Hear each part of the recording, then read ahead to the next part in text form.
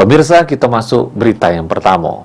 Lebih dari 24 jam pencarian, Yai Roni akhirnya ditemukan jero keadaan tidak bernyawa lagi. Yai dinyatakan hilang dari Selasa pagi, pas lagi mandi di pinggir Sungai Musi, kawasan Lawang Kidul, Palembang.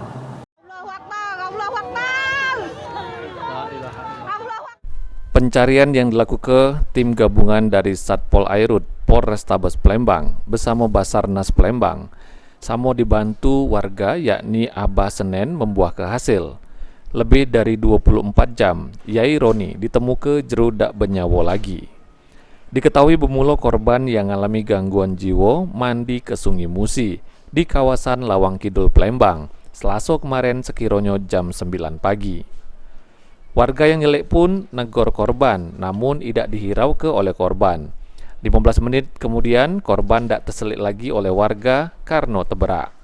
Tim gabungan mulai melakukan upaya pencarian, sehingga Selasa awan tadi sekiranya jam 2, korban akhirnya ditemukan.